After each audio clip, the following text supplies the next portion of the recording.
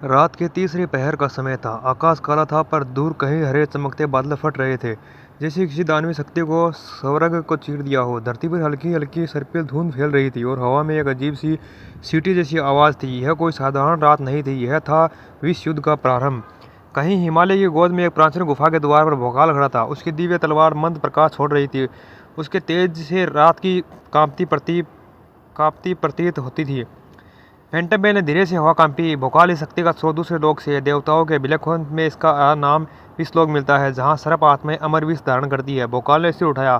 आवाज़ दृढ़ थी, जब तक मैं जिंदा हूँ कोई दानव हमारे लोक में प्रवेश नहीं कर सकता। अचानक हवा फटी। हरे काले धूम्र के बीच नागराज प्रकट हुआ, सर्पों का देवी योद्धा, आंखों में अग्नि, शरीर पर सर्प चक्र घूमते हुए। भोकाल, युद्ध शुरू हो चुका है। नागराज बोला। विषलोक का सम्राट विष नरक इस लोक को जहर की धुंध से डुबोना चाहता है। भोकाल ने तलवार संभाली तो आज एक और अत्याचारी का अंत मिलेगा।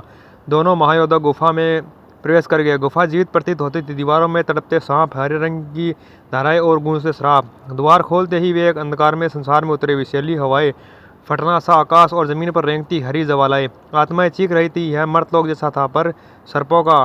तभी उनके सामने प्रकट हुआ विष नरक। कद पर्वत जैसा शरीर पर हजारों विष सर्प, आंखें पिघले जहर की तरह। उसका स्वर मर्त आत्माओं जैसा गूंजा। स्वागत है नश्वर योद्धाओं, आज तुम विष बनोगे और तुम्हारा संसार मेरा भोजन। नागराज आगे बढ़ा। विष नरक इस लोक पर तुम्हारा अधिकार नहीं है, लौट जाओ। दानव हंसा। सर्प क्या इंसानों की रक्षा करेगा? तुम मेरा पहला खिलौना बनेगा। वह गरजा और हरे जहर का तूफान फूटा। नागराज ने सर्प चक्कर छोड़ा। लाखों सर्पों की ऊर्जा। भोकाल ने भोकाल को सक्रिय किया। धाराएं टकराई, संसार कांप उठा। विष नरक ने अपने सर्प दांत छोड़े।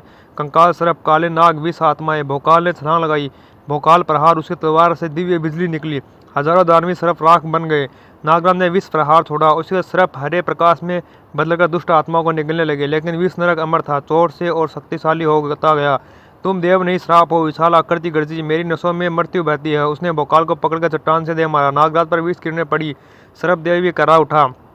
भोकाल उठ खड़ा हुआ। रक्त टपक रहा था, पर आंखों में ज्वाला। धर्म की रक्षा के लिए मृत्यु भी स्वीकार। उसने त्रिशूल बनाया। भोकाल त्रिशूल प्रहार। प्रकाश ने विष लोक को चीर दिया, लेकिन विष नरक ने काली ऊर्जा से वार रोका और हंसा। तुम सोचते हो प्रकाश से अंधकार मिटेगा, अंधकार ही सर्जन है। नागराज ने आंखें बंद की। उसके शरीर से करोड़ों सूक्ष्म नाग उठे। नाग शक्ति अनंतम। सर्प ऊर्जा ने आकाश भर दिया। विष नरक पीछे हटने लगा। नहीं, यह शक्ति, यह नाम मैंने बुला दिया था। नागराज की आवाज़ गूंजी। तू सर्प नहीं, रोग है, और रोग का अंत होता है। भोकाल और नागराज एक साथ उठे। भोकाल, धर्म की शपथ। नागराज, सर्प संरक्षण वचन। दोनों ने शक्ति जोड़ी। श्रवण प्रकाश और पन्ना ऊर्जा का संगम। धरती फटी, आकाश चमका। संयुक्त प्रहार। विनाश स्तंभ। प्रकाश स्तंभ विष नरक के आर पार गया। आकार राख बनकर छितर गया। विष लोक का आकाश साफ हो गया। आत्माएं मुक्त होने लगी। कहीं घंटियां बजने लगी। देवों का आशीर्वाद। फैंटम बेल की आवाज़ आई। युद्ध समाप्त है वीरों। दोनों यादव वापस धरती पर पहुंचे। हवा साफ थी, तारे चमक रहे थे, धरती शांत थी। भोकाल ने तलवार रखी, मुस्कुराया। कंधे से कंधा मिलाकर लड़ना गौरव था। नागराज ने सिर झुकाकर कहा, शत्रु कोई भी हो, जब धर्म की बात है हम साथ हैं। ऐसी और कहानियाँ सुनने के लिए हमारी वीडियो को लाइक करें और चैनल को सब्सक्राइब करें।